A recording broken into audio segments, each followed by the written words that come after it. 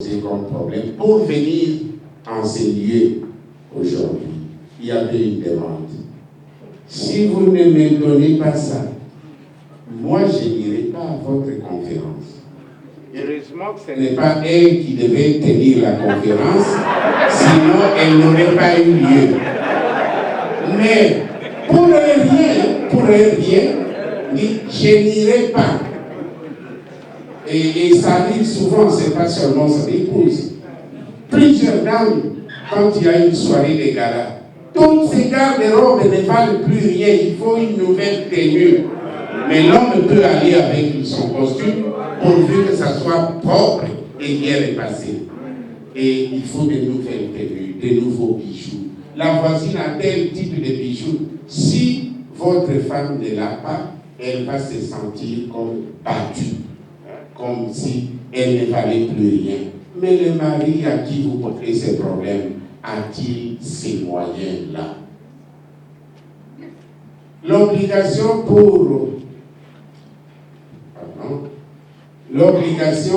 pour l'époux de communiquer et de remettre son salaire à l'épouse pour une gestion, j'ai mis entre guillemets, plus responsable. Même si on sait que, de façon générale, la femme, comme l'homme, dès lors que la subjectivité de l'un ou de l'autre estime qu'il peut faire un geste à telle personne, il ne faut pas trop le contrarier ou la contrarier. Et il y a donc des problèmes autour de ça, mais l'homme est considéré, comme nous l'avons dit depuis le début, comme étant un mauvais gestionnaire. Violence au sein du foyer où l'homme est pauvre. L'homme est pauvre. Et alors qu'on sait que du point de vue tant juridique, biblique que coutumier, on dit, heureusement que ma collègue a demandé à ce qu'on puisse réviser ces différents textes-là, mais en attendant la révision, l'homme est toujours considéré comme ayant une préséance, c'est le chef des familles. Mais en retour, malheureusement pour ces chefs de famille, il a l'obligation d'assumer la charge de tous les membres de ceux-ci. Mais au cas où il est pauvre, qu'est-ce qui va se passer? Alors, il y a un certain nombre de caractéristiques que nous devons présenter à propos de ces pauvres. Tout individu normal qui se trouve sans travail ou qui occupe un poste précaire se sent menacé dans son rôle social et son identité masculine. Cet état de choses brûle ses énergies vitales et son élan d'accomplissement de soi.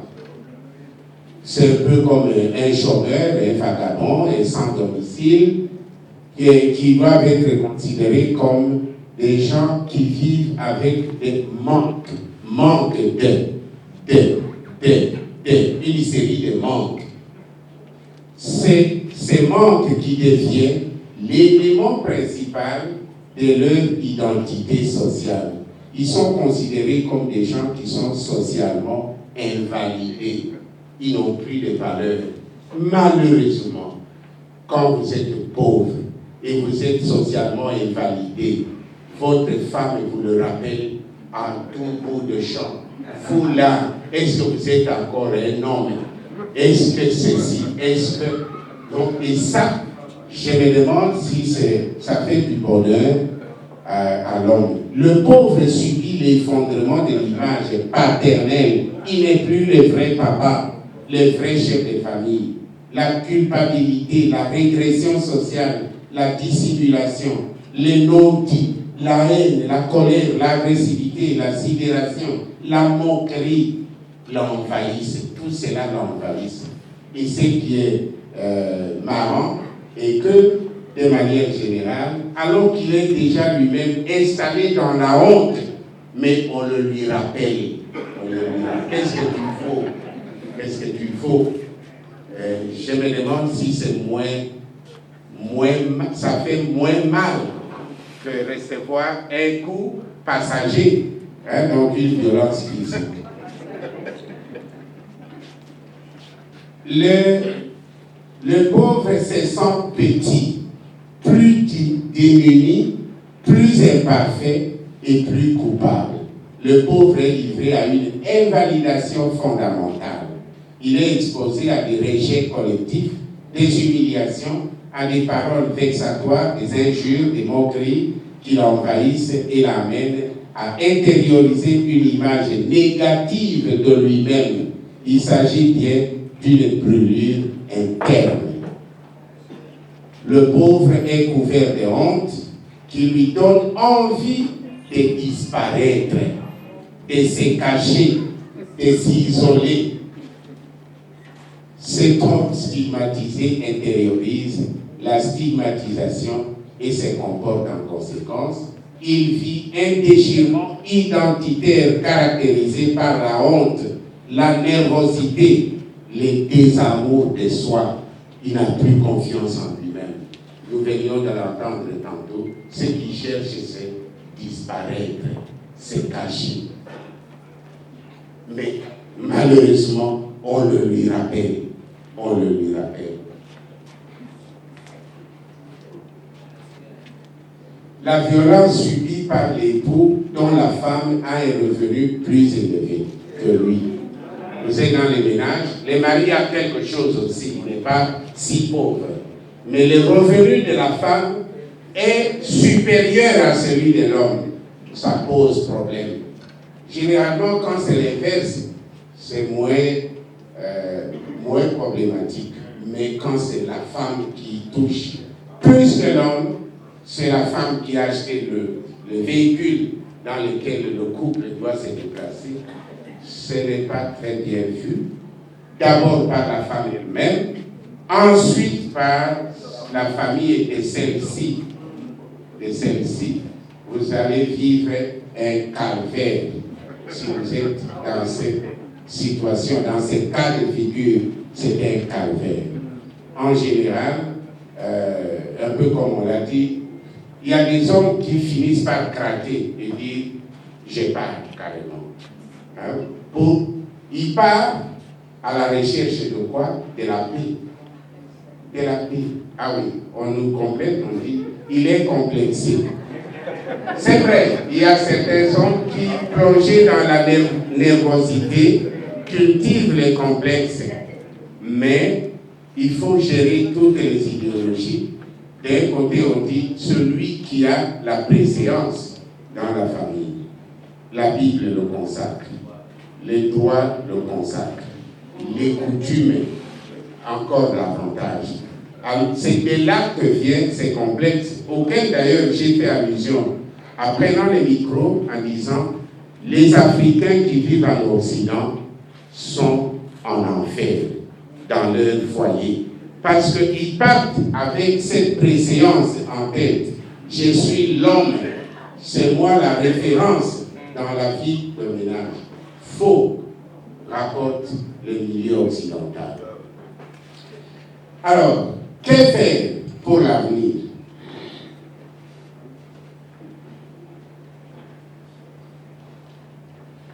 Perspective d'avenir.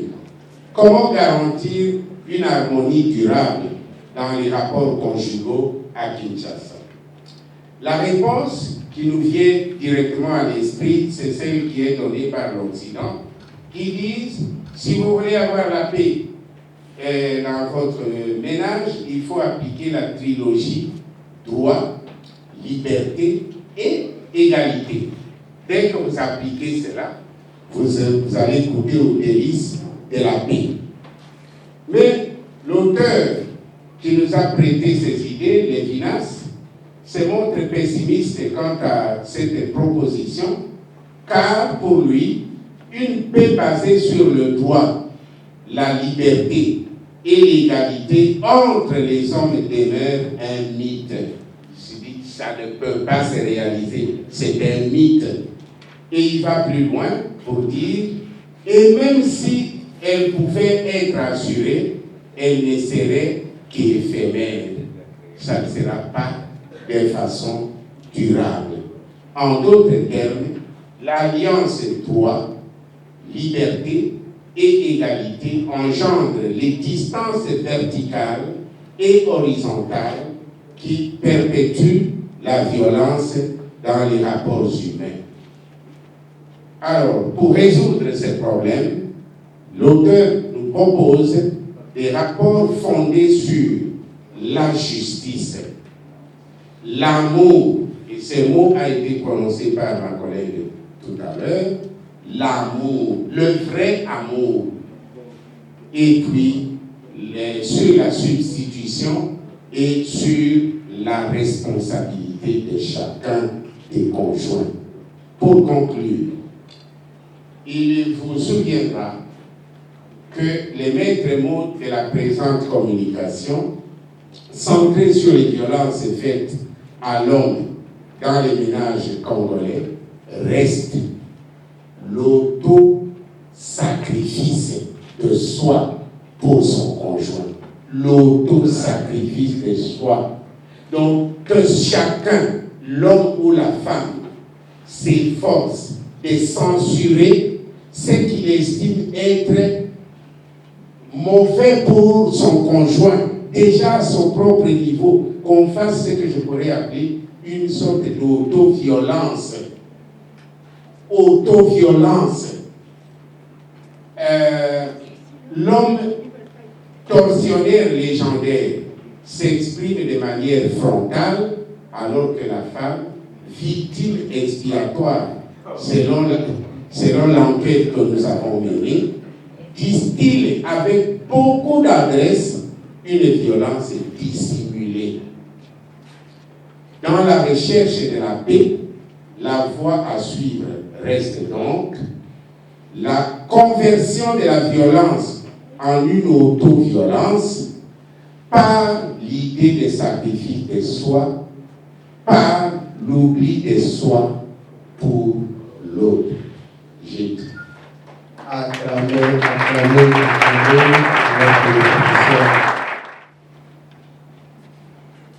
En 2 minutes, que dire?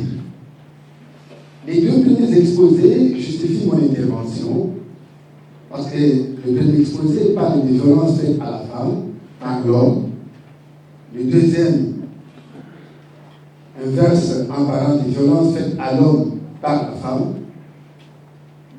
Et mon intervention constate finalement que la violence est le fait de l'humain.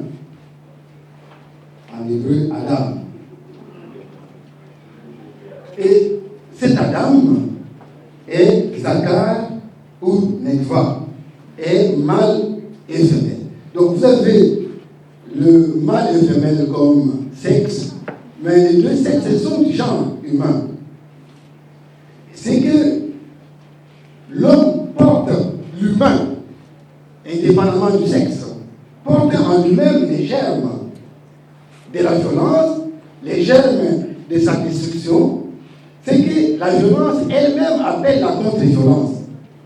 On ne peut avoir de paix que lorsque, à la violence, on oppose la contre-violence. Les germes, pour désigner le pain, et la guerre. Donc, le pain, c'est la guerre. La guerre, c'est le pain. Comme si les 2 étaient congénères. Et d'ailleurs, quand on disait 1 Samuel 22, 13, Saül reproche au prêtre de Nob d'avoir donné à David le pain et l'épée. Ah, tu lui as donné le pain et l'épée. Donc vous savez, la paix et la guerre. Ce qui fait que, dans mon intervention, je m'appuie sur la tradition sapienciale dans l'Ancien Testament pour illustrer sa conception de l'humain et de la violence si besoin il y a.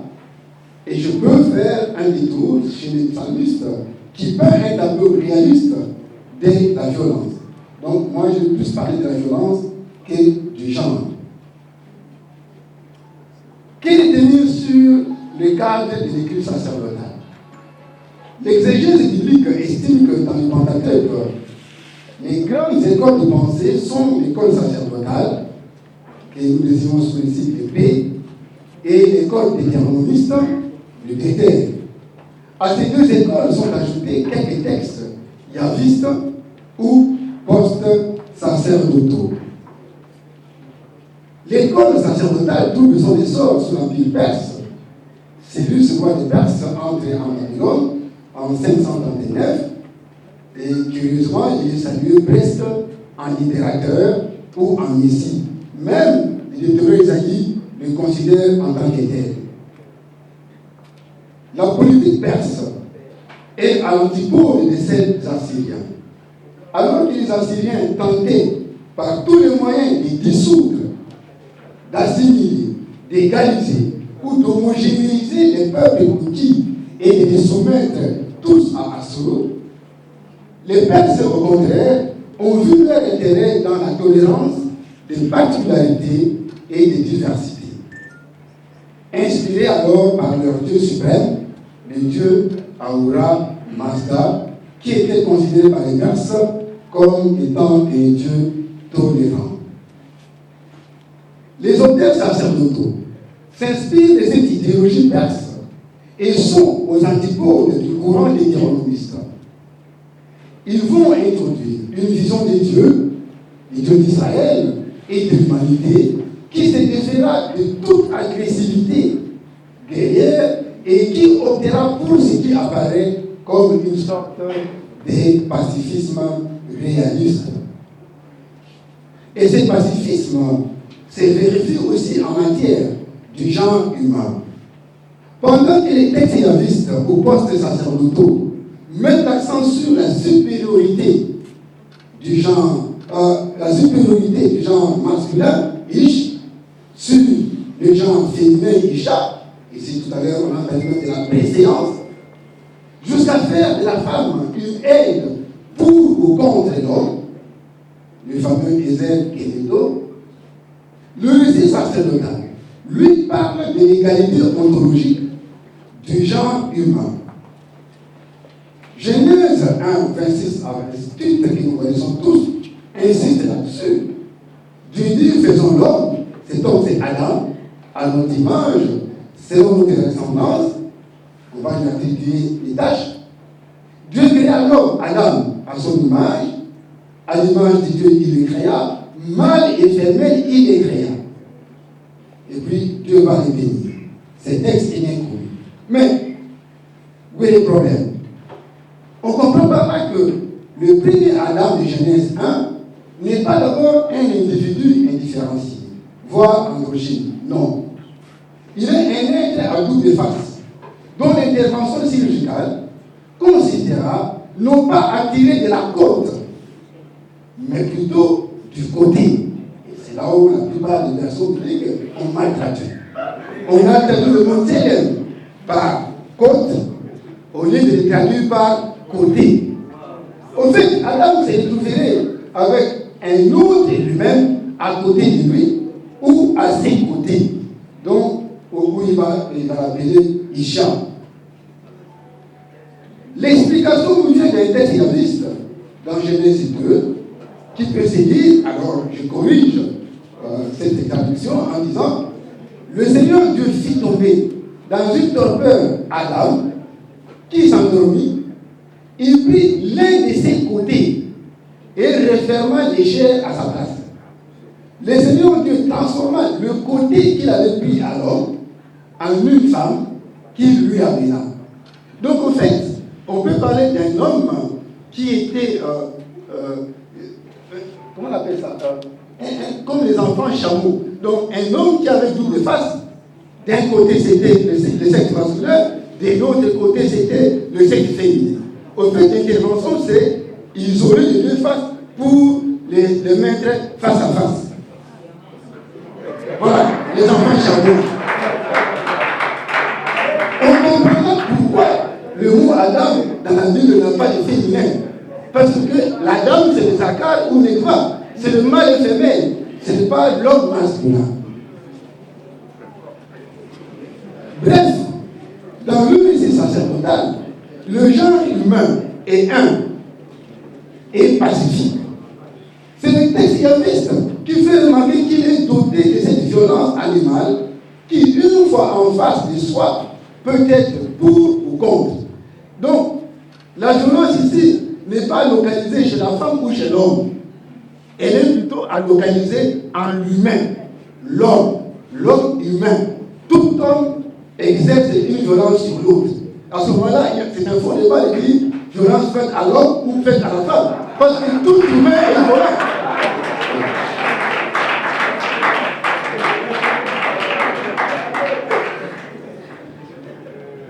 Le point 2, c'est la réflexion sacerdotale sur la violence.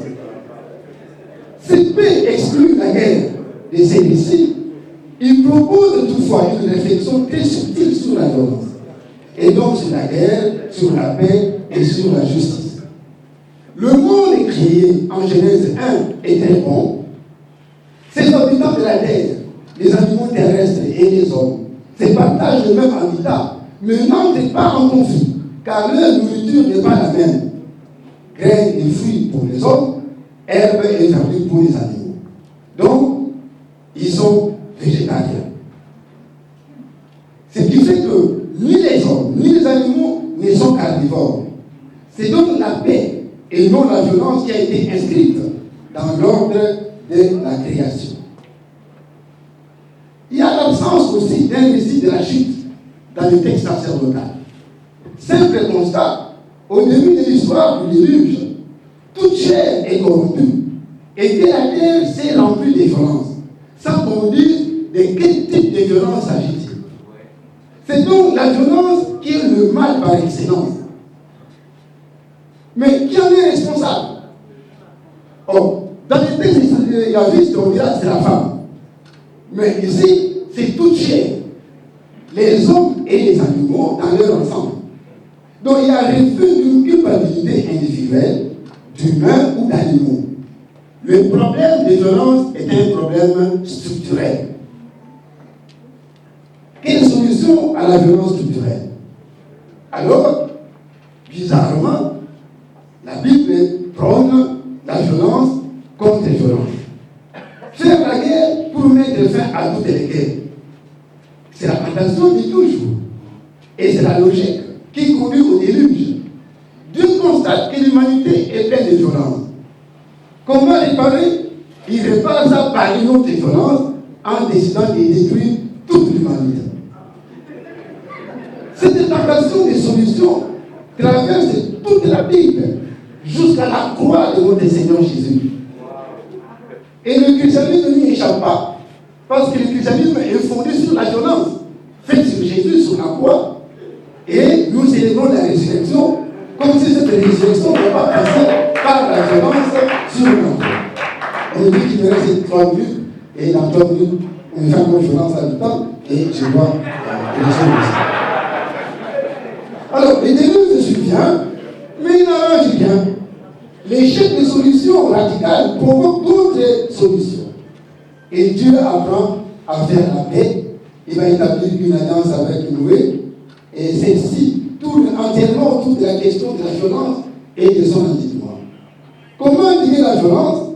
La seule solution que Dieu se donne, c'est de prendre l'arc de la violence et la suspendre au ciel. Ce que nous appelons l'arc-en-ciel. Donc, l'arc qui est l'arme de guerre, l'arme de chasse et d'extermination par excellence, a été rangé au atelier. Dieu lui-même proclame qu'il ne continuera plus au cycle de la violence. C'est qu'il a eu faux, parce que nous allons voir plusieurs fois, il va revenir sur la violence pour résoudre la violence. Rappelez-vous, les soldats de Gomorrhe, et les autres violences que Dieu va perpétrer pour résoudre les problèmes de l'homme. Bref, la condition humaine est telle que la violence est toujours là, un peu comme la bête tapie derrière la porte de Caïn, prête à mourir. Et la seule recommandation du texte c'est de dormir là. Donc la bête est là, la violence est là. Il n'y a rien à faire, il faut l'assumer. Il faut tenter de la dominer, si on peut. Sinon, elle sera toujours là. Donc vous avez l'arc-en-ciel comme une manière de faire la paix. Alors, pour les 2 minutes qui me restent, juste ouvrir une parenthèse pour la faire.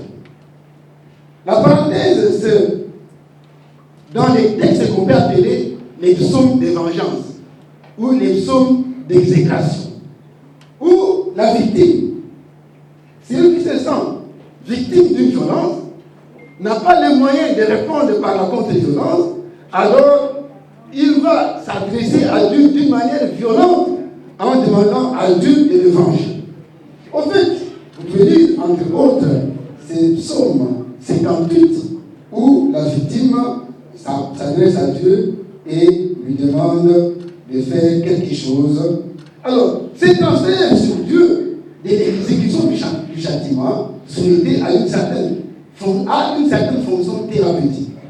Il opère une sorte de catharsis libératrice en déchargeant sur Dieu son animal pour que celui-ci ne capte pas matériellement sa violence. Donc l'homme incapable d'exercer la violence sur l'autre préfère se décharger sur Dieu et en le faisant, il trouve une paix intérieure. Quel conclut? La question du gender est de fois mal posée, comme si la différence entre les genres était ontologique. Elle n'est pas ontologique, elle est plutôt sociologique et structurelle. La violence fait partie du genre humain, quel que soit le sexe. Dieu a tenté de résoudre la violence par la violence sans y parvenir. Et il a fini par poser l'arc au ciel. Face à la violence du plus fort qu'il soit, le psalmiste propose des fois de libérer la parole qui devient un instrument de lutte contre la violence. Est-ce que j'ai une solution? Je crois pas. Je pense qu'à chacun de nous d'utiliser l'arme qui lui convient pour faire la contre-violence et tenter de trouver la paix. Je vous remercie.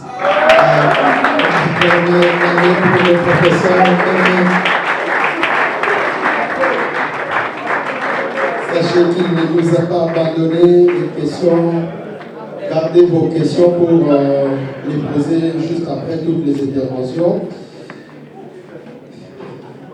À présent, nous allons... Pour la transformation sociale en RDC, conclure les trois éminents intervenants, ce n'est pas aussi facile, puisque là, nous sommes en train maintenant de parler de la contre-violence dans notre société et comment transformer la chose. Alors, je vais avoir trois points. Quid de la promotion, premier point, et procéder de la transformation sociale, deuxième point. Et les dernières, ça sera aussi un mot sur la justice. Et je suis bien contente que nous ayons parlé de ces éléments déjà. Mais là, nous allons aussi voir et démontrer la ligne de conduite de ce que les départements souhaitent faire. Nous avons la promotion du genre. Quand nous parlons de la promotion, tous les intervenants ont parlé de la promotion de l'humain, puisque le genre parle de la promotion de l'humain, de tout être et de tout l'être. Ici, il n'est pas question seulement de la femme, et moins encore des hommes. J'ai été très flattée par les professeurs qui ont intervenu en premier lieu, une parlant de la femme et l'autre de l'homme. Et je pense que les apprenants qui sont ici, ils savent qu'est-ce que nous discutons quand nous parlons de la promotion de la femme. Il est question de parler de cette femme-là qui est mère, de cette femme-là qui est sœur, qui est épouse, qui est fille, qui est grande-fille, qui est amie. On ne parle pas d'un être inconnu. Donc quand nous parlons de la promotion de la femme, nous parlons d'un être qui nous est cher. Un être unique dans la création, qui perd les sangs mais qui n'en meurt pas. En tout cas, pas très souvent. Chaque mois, nous en perdons, mais nous sommes toujours vivants. Et quand nous parlons de la promotion de l'homme, c'est le Père que nous aimons tant. C'est lui qui nous a portés sur son épaule. Et parfois, c'est lui qui a été aussi dur. Mais nous gardons des très bons souvenirs de ces pères tendres, où parfois on cassait sa bouteille de bière, mais au lieu de vous gronder et de vous donner des baffles, il vous regardait avec attention et amour, compassion, et parfois avec tristesse. Et ce sont des souvenirs comme ça que nous gardons. Ce sont nos fils. Nous avons des filles. Ce sont nos frères. Donc on ne parlait pas d'un inconnu. Quand le professeur Chomba a parlé, nous autres, nous sommes rentrés dans nos familles. Et nous voyons combien les belles sœurs maltraitent nos frères. Et on se pose la question, c'est aussi la femme pour laquelle nous nous combattons et nous battons. On se pose la question, puisque ce sont nos frères. Donc la promotion du genre parle de l'être et de tout être. Ce n'est pas seulement faire promouvoir. Je suis très triste que nos chaises pour nos ministres restent vides là-bas. Elles devraient être ici pour faire l'équilibre des choses. Et nous parlons de la complétude des actions en vue de faire participer chacun selon ses capacités dans ses développements. Alors, qu'est-ce qu'il en est de notre procédé sur la transformation sociale? Vous savez, ici, nous sommes en train de chercher à déconstruire quelque chose pour reconstruire. Nous sommes en train de lire pour relire. Et je pense que tous mes prédécesseurs, les professeurs même, qui parlent de la violence et qui parlent de chacun doit utiliser les atouts qu'il a pour pouvoir transformer une situation de violence à la situation de non-violence. Tout cela, nous sommes en train de chercher à faire une nouvelle construction, construire des coutumes, rites, mythes, signes, symboles. Je pense que le professeur Chomba, en parlant, il parlait de la dot. Les femmes ne sont pas heureuses avec la dot. J'en discute avec mes étudiants et il y a encore 2 jours, je disais, ma fille qui va se marier, je vais demander à la famille de son père, vous voulez quoi? Donnez-moi la liste. Et j'ai dit à la fille et au garçon, partez. Moi, je vais me démener pour donner à cette famille-là. Et quand je disais, on me dit, mais maman, tu ne peux pas faire ça. Mais ils n'ont pas la même compréhension que moi, professeur. Ils ont leur culture et leurs coutumes. Donc, moi, comme celle qui défend un peu de la jeunesse, c'est de construire pour une construction sociale nouvelle. Je pense que Peter Berger et Thomas Luckmann, ce sont des gens qui nous définissent le constructivisme social. Ils essayent de nous dire que la réalité sociale ou les phénomènes sociaux sont déconstruits, créés, objectivés, institutionnalisés. Et ça devient comme une tradition. Qu'est-ce qu'on en fait? Nous sommes là pour en discuter, nous sommes là pour faire la déconstruction. Mais la question principale serait, est-ce que cela, on les fait en fonction des besoins de tout un chacun? Puisque quand nous faisons la déconstruction, ici, on nous a présenté les besoins des hommes et des femmes.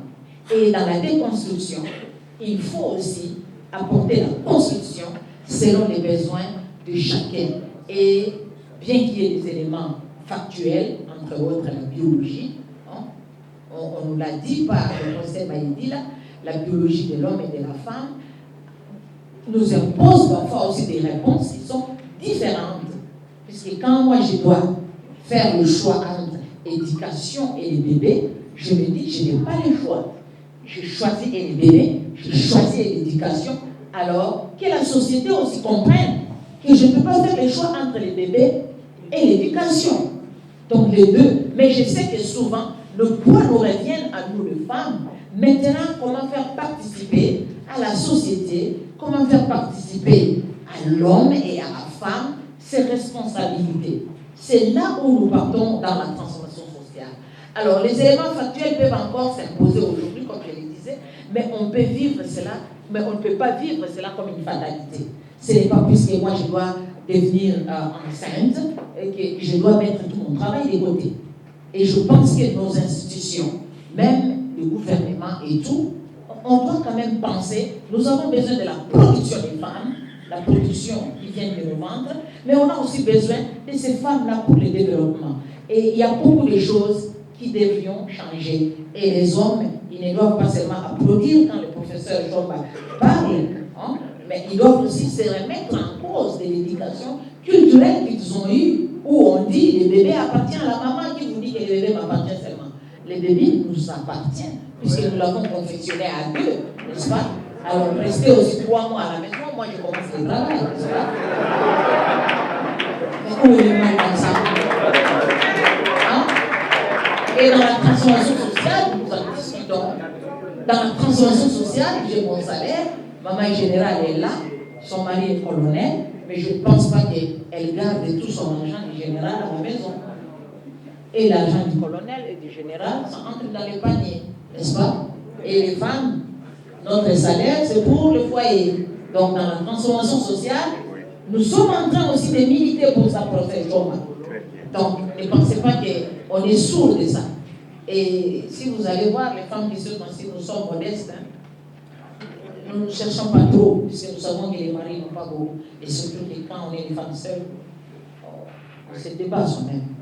Alors, donc, c'est pour dire que quand nous devons réorienter les pensées, les actions, il nous faut prendre aussi en compte beaucoup d'autres aspects qui ont été évoqués ici, psychologiques, sociologiques, politiques, économiques et voire spirituels. Et là, le professeur Mémé est arrivé au bout de la logique, puisque tout, on les remet entre les mains de Dieu. Ça devient très complexe, c'est très compliqué. Et vous savez, les spirituels peuvent devenir un cachot où on ne sort pas si facilement. La religion doit être au service de l'homme et non pour l'asservissement. Ça, c'est Mahatma Gandhi qui le disait. Hein.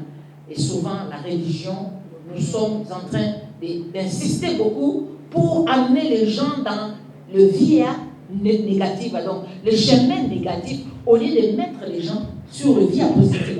Donc, chemin positif. Et dans la transformation sociale, ce sont des éléments. Alors, le dernier élément, quid de la justice? Je pense que pour la justice, ici, nous parlons d'un tournant éthique dans la déconstruction. Et ça, c'est très capital. Et c'est très important. Puisque la conscience que nous voulons développer, c'est la conscience de la responsabilité.